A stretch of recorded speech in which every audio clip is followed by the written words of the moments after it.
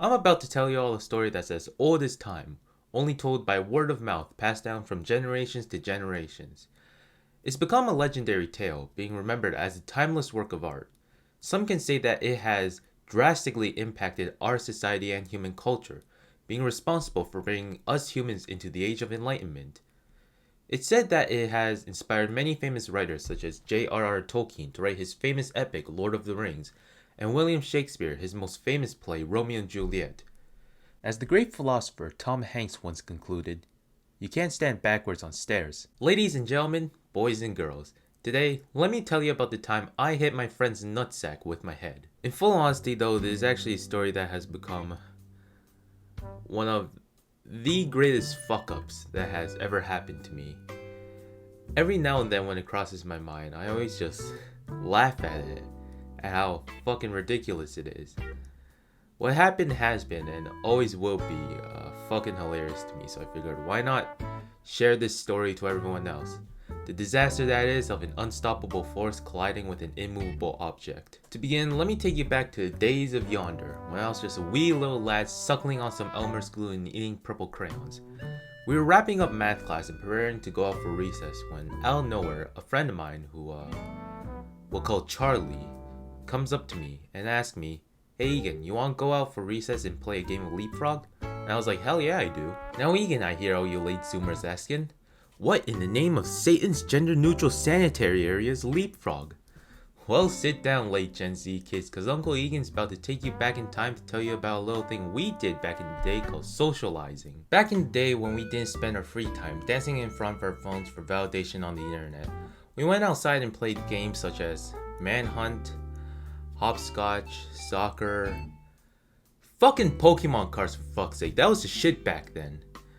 Leapfrog was one such game. In Leapfrog, there isn't really some kind of goal to achieve, it's more like a game played through cooperation. To play, you're gonna need at least 2 players, the more the better. Everybody stands in line behind each other with a bit of space between everyone.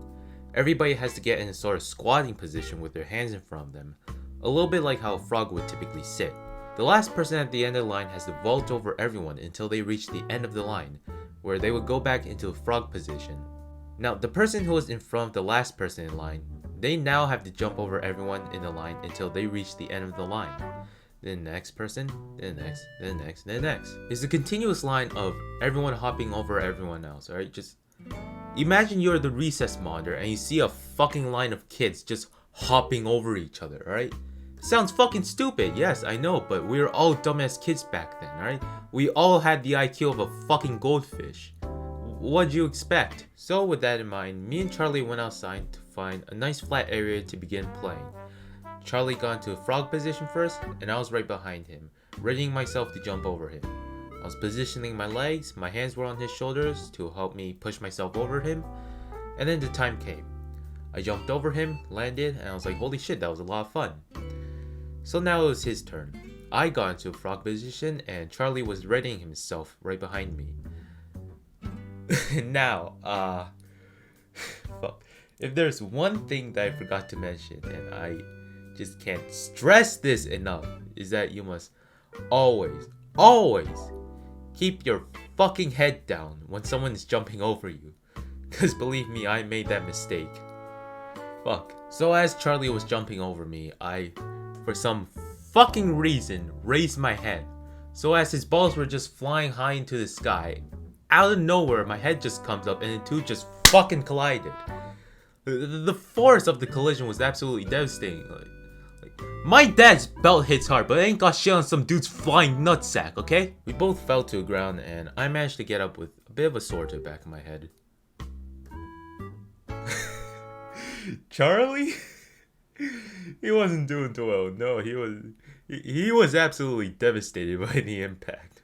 He was laying on the ground, just holding his balls in his hands, just cursing the very day I was born, just screaming profanities at me, like, "God damn it, Egan, you fucking dumbass, why do you do that?" And I was just being a little twat standing there, laughing at the fact that I somehow single-handedly managed to destroy my friend's testicles. Fuck. So what can we take from this video? Is it to always follow the rules of the games to prevent injuries such as this?